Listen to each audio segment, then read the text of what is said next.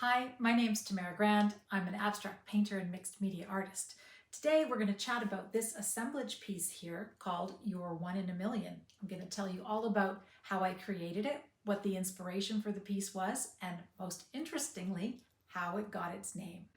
Last winter I challenged myself to create 100 5 by 5 inch collage paper paintings in 100 days.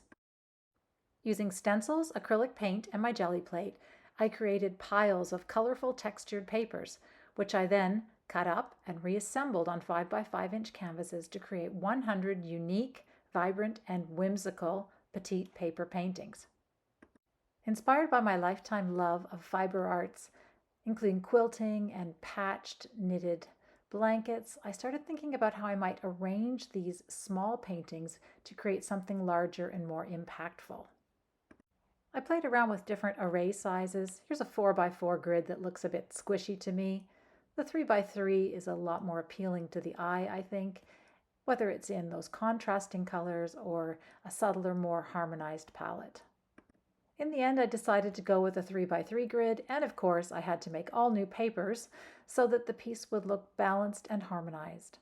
I really love the stencils that I chose and the shapes that I created in this piece and the vivid blues and greens which remind me of both the forest and the sea.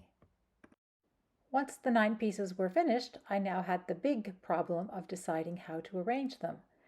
Guess how many options there were?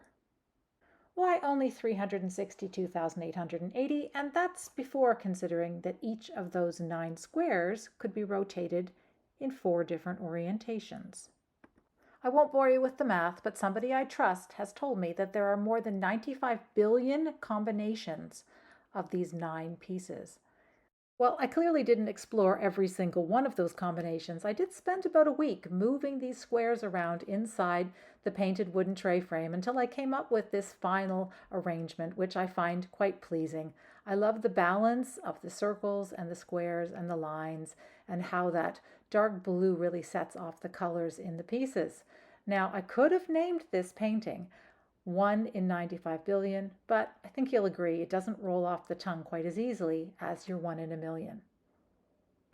And that's the story of Your One in a Million. If you enjoyed this video, please give it a thumbs up and consider subscribing to my channel. You can head over to my website at tamaragrand.com where you can see all of the work that I have available for purchase, as well as read quite a bit more about the behind the scenes of my studio practice.